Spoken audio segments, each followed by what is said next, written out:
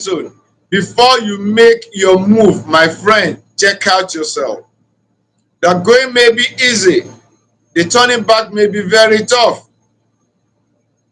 So before you say I do, before you sign that dotted line, before you collect that ring, just say I do.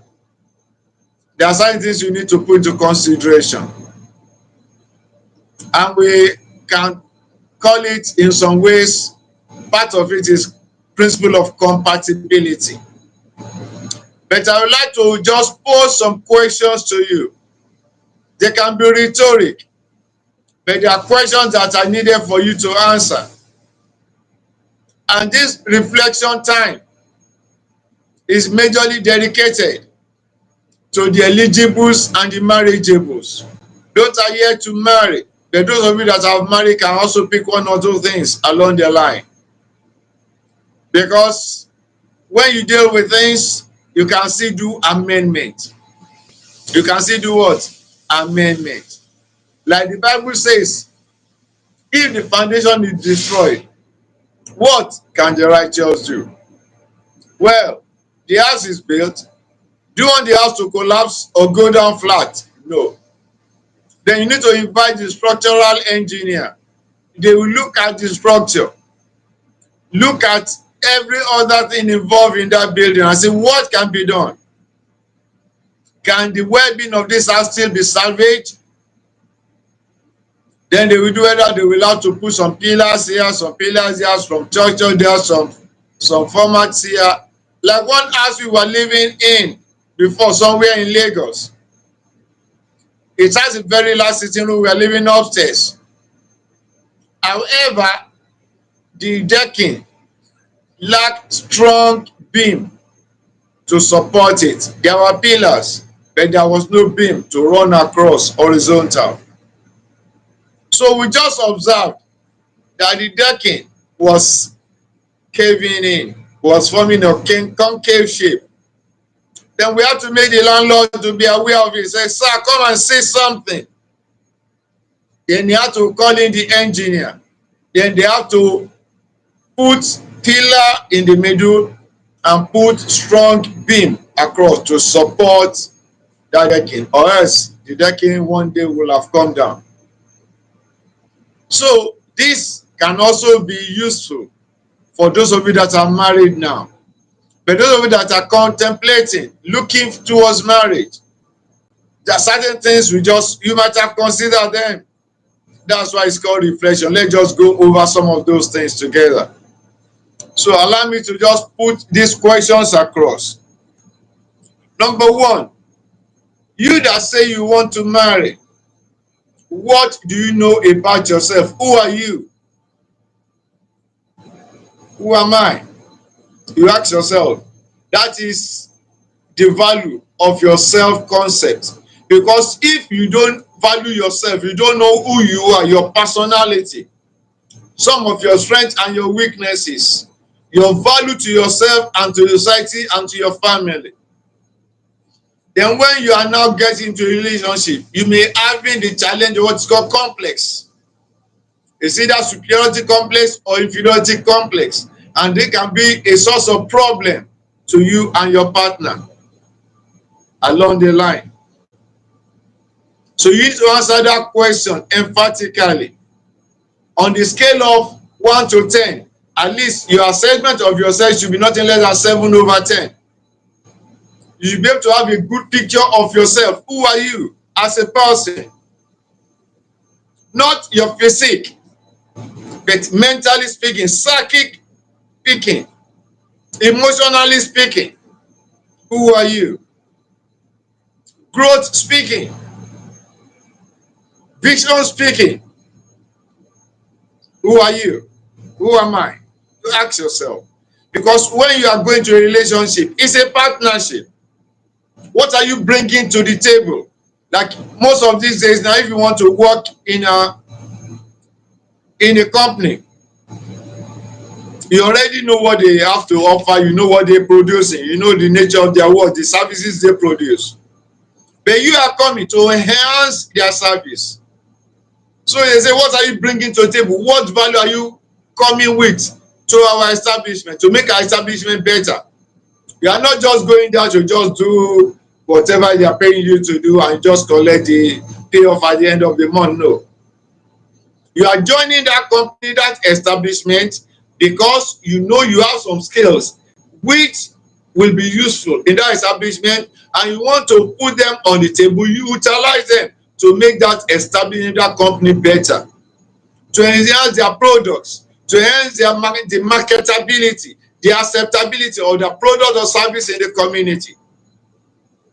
So when you now say you see someone and you want to partner with such, you want to build a life, to build a home, what are you bringing to that home?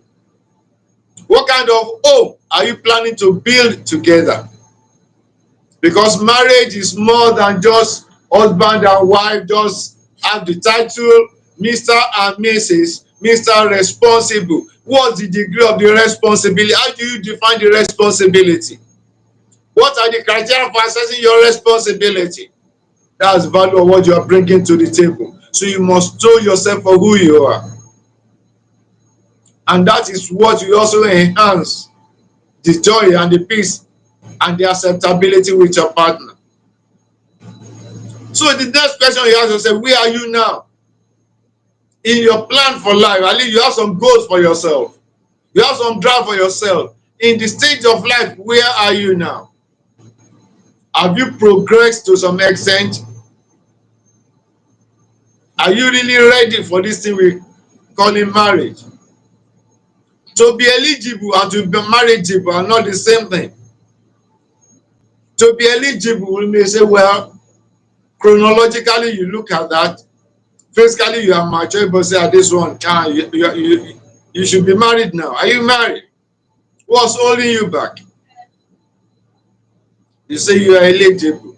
Eligible bachelor, eligible spinster. However, to be manageable is another ball game entirely. To be marriageable means that you emotionally, psychologically, you are ready for that too. Accountability wise, responsibility wise, ability to be able to carry another person along with you. Your level of emotional intelligence, not throwing tantrums. Your empathy, because you have to be able to sometimes put yourself in your partner's shoes. When he or she says A, B, C, D, you don't say what? You are now saying, if I were you, you cannot be me. I cannot be you. Then we are working together to put our resources together. Our strength and our weaknesses to build a home, to build a life. I will use those at my disposal to make life better for you, to make you to become a better person, and you likewise for me. So that's what we bring into the table. So these are some of the things you need to consider. Not just you see somebody handsome, somebody on the upper mobile scale, in the economic scale of life, in the business world, in career, in one profession or the other, and say, yes, this one, I think this one can be a good wife, a good husband material. Yeah, that's initial assessment. But on the final analysis, these are some of the things you need to try to fine tune. So the next question I ask, what exactly are you doing right now? Yeah, you have a work you're doing, you have a profession that is thriving. Now, what steps are you making to create room in your heart, space in your sphere of life, to be able to accommodate the person you are envisaging to come and form partnership with you in this thing we call marriage. Marriage is a partnership. Partnership to know, in business you do partnership to build a business, but this one is partnership to build a home. Suppose you are 25, 21, 30, 32, 27, whatever your age now. You have spent a good part of those years with your parents, with your family. But this new home you are building or you're planning to build, How long do you think you'll be in it and working at it? Well, if the creator and the owner of the universe says you spend about 90 years in this life, that means if you are 25, that means you still have about 65 years. So if you get married around 26, 27, that means you still have nothing less than 60 years to spend together with your spouse, this person you're looking at. What will those years be like? What are the things you put there that will make that home heaven on earth for you and your spouse? Those are some of the things you need to consider. These are questions I'm putting forward to you so that you consider. Please, if you have not subscribed to my channel, subscribe, Nisinuga Reflections, and share your comments as we continue on this reflection time. And I will respond to them accordingly. Then, you see, the question is, you are looking at a tomorrow with somebody you didn't grow up with, and you want to form a life together. And you want to impact that individual's life for the better. You want to have some of the skills you have into the life and operations of that person individual to make the life better, sweeter, more honey. Then you ask yourself the question, in what ways am I impacting my environment or identifying myself as a living human being, or am I just a living force? So you should start in your own little way. If you've been living a selfish life, you see, it may be difficult to change by the time you get married. Learn to share your thoughts, learn to share your mind, learn to share some of the things you have with people that are less privileged around you, or people that are your mates, people that's why in the company, you know, when you say you are doing teamwork, all of you are skilled, you are professionals, but you are differently endowed, but you have goals. That is to make that company better, to make their product better, to make their marketing better. So when you have board meeting, marketing meeting, strategic meeting, all of you come and bring your skills to the table. Share your knowledge, share your ideas, share strategies, formulate strategies. Isn't it? So in a similar manner, how have you been impacting your environment? If you have not, then you have to start somewhere, because like Yoruba say, it's what you have that you can give. It's what you have developed. Don't be waiting until, okay, when we get to the river, we know how to cross it. Well, I've been telling people that kind of proverb, I think, is getting obsolete. Because if there is a possibility for you to know the size of the river you are planning to cross, because you must get to the other side, and you are waiting, when we get to the river, we know how to cross it. Isn't it? And you get to the river, you see that the river is very deep, you need canoe, and you don't have a canoe. You need to have a life jacket, you don't have a life jacket. Well, they have a ferry that will carry you across, and you didn't take money that you can use. Or you just prepare all these things together? No. If you are about to make inquiries, okay, excuse me, I want to get to such and such a place, and along that there's a river along the way. I need to cross that river. Please, what decides? So how do people cross that? Is there a bridge across the river? You need to know. So in this case, you want to embark on this journey of marriage, you need to get some questions settled. You don't say, when I get there, then I will be relaxing. No, now I'm just to myself. I don't like talking too much. I don't lie, I don't know how to express myself. But you have to know how do you express yourself to your spouse? So I mean to express yourself, to say what you have in mind, what you desire, what you want. They are very important. So these are some of the things that you need to consider along this journey before you go and sign that dotted line, say I do, as you are preparing. So this one is to encourage you to prepare and to prepare well. Okay. Prepare and prepare well. Don't wait until you say yes. And that's the mistake some people make. They assume so many things. Assumption can be very, very dangerous. And by the time they get married, they try to find a lot of things and say, wow, what is this? How do I handle this? Then before, during the courtship, that's part of the things you need to get settled. Okay. Then you ask yourself, is there anything you might be doing now that you need to adjust or amend? But these kind of things may not all go well for the new home you plan to build. You need to look at that, look at yourself. Like Michael, I just like that Michael Jackson song said, the title is The Man in the Mirror. You want to make a world a better place. You want to make the life of your spouse a better life. Then look at yourself. How are you making your life better? What are you doing to make yourself happier? Then you can now modify that one and extend it to the life of your spouse. Okay. Then are you well informed about this thing called marriage? Are you well informed about what it entails?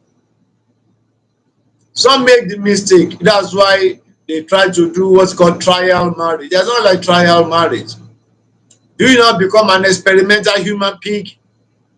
Or sorry, human guinea pig? So if you try, it doesn't work, then you go. How many trials do you want to do? And you do know that in your trials segment, you might get burnt. And it's not every injury that heals easily. There's one present I did some time ago. There are some wounds that never get healed. And there are some that don't heal easily. So you cannot turn yourself into a human guinea pig in this affair of life. Okay. So consider all these things and consider them very well. Now, what set of information do you need to be better prepared for this journey, for this task? You need to know what precisely do you need to be able to achieve this goal you have set for yourself and your spouse to be. What type of family, what type of home are you looking forward to building with your family? Sorry, with your spouse. What kind of life, what kind of home? You have that idea, then what are the things it will require? Just like if you want to build a house, the plan will be done. Then what are the materials? That's why you have the structural engineer, we have the material engineers that will know what are the materials that be needed to construct such and such a house, to meet such and such standard. Isn't it? So much more. This institution we call marriage is a lifetime venture. You don't want to get burned. And I believe you don't want to know what it means to marry and get divorced. You don't want to know. Better don't even think about it. It's not a pleasant thing. Those who experience it don't like it, the circumstances and situation force them into it. And they prayed unto God never to let it happen. That's why they're very, very careful before they get remarried again. Because their fingers have been burnt. Their heart have been tampered with. Their joy have been tampered with. Their trust have been tampered with. Somebody they thought would build a life together with them has turned out to be something else. They say, wow, what is this? What did I get myself into? That is not what you are putting for when you were cutting, is it? Then the malevolent one will now become something else. But you have time now to check those things out. Okay. So apart from that, then we talk about your level of maturity. We have psychological maturity. That's ability to be able to consider your thought pattern, do critical thinking, be in control of your own mind and decision making, ability to be able to take responsibility for your decisions, not somebody else. Even if people suggest to you to do A, B, to go to the right or to the left, but the choice is yours, whether to take that direction or not, whether to make that move. But once you make that move, please just take it that it's you made the choice yourself, unless it was forced on you. So that's why all these things count very well as you consider this journey.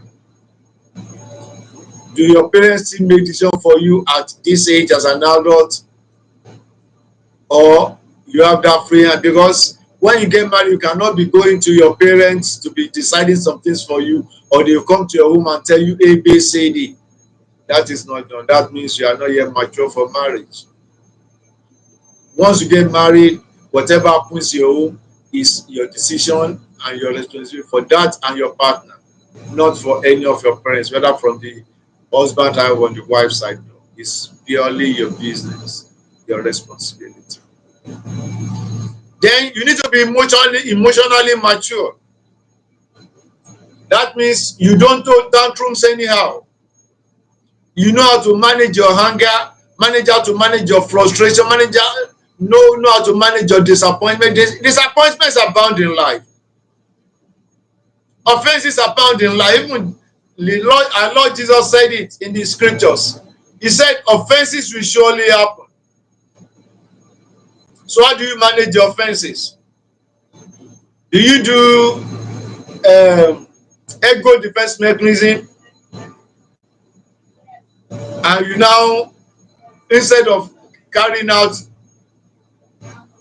the solution or settling the conflict with what happened outside, you now bring it home and now carry out the aggression on the members of the family, on your spouse?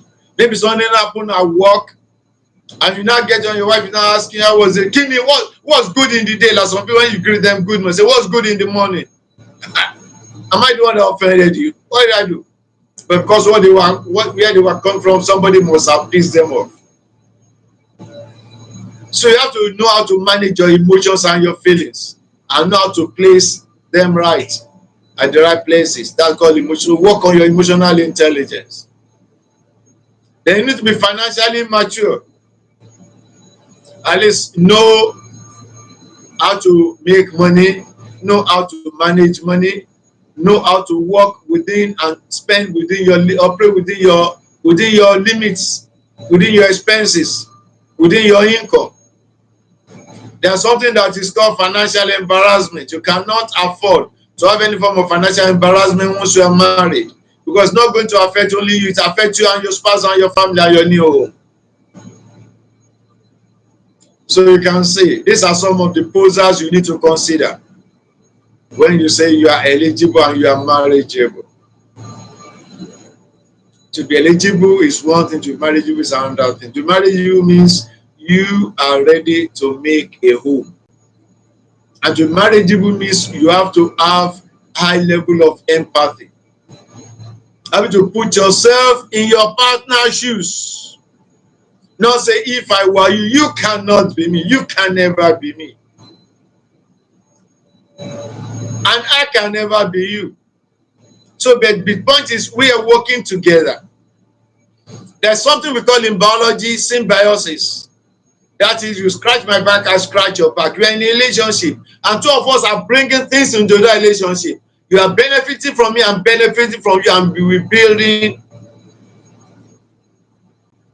a home together for your mutual joy. You can go and check that Google, it's symbiotic way of life. It's at least with the sea anemone and I think sea snail or something. They have many examples like that. Especially some worms in our body that are doing us good, some bacteria in our body that are doing us good, and they're benefiting from us without harming us. Then the worst part is the parasitic form of relationship. Now your partner loves you, cares for you, is doing everything to make you happy, but you are just lapping it, just taking it up, and you are not doing your utmost in the principle of reciprocity for your partner. Your partner, because he loves and cares, is always making sure things are available in the home, and you are just using it up, and whatever resources you have, you are just spending that on yourself. Then you have been like a parasite in that relationship. So you have to understand that one also. What kind of relationship do you build? What kind of relationship are you looking at? Is that to be symbiotic? Okay. So all these things count when talking about marriageability. If you cannot live a symbiotic life with your spouse, then you are not marriageable. Sorry to say. Because life is reciprocity. That's why respect is reciprocal. The same thing, love is reciprocal. Love is give and take. If love is one-sided, then that is no more love, it becomes stupidity. Because the lover will be taken advantage of by the Lord. That's why the Bible says, do not cast your pearls before the swine. Why? Because the swine don't know the value of the pearls. They will put them on the floor and trample upon them.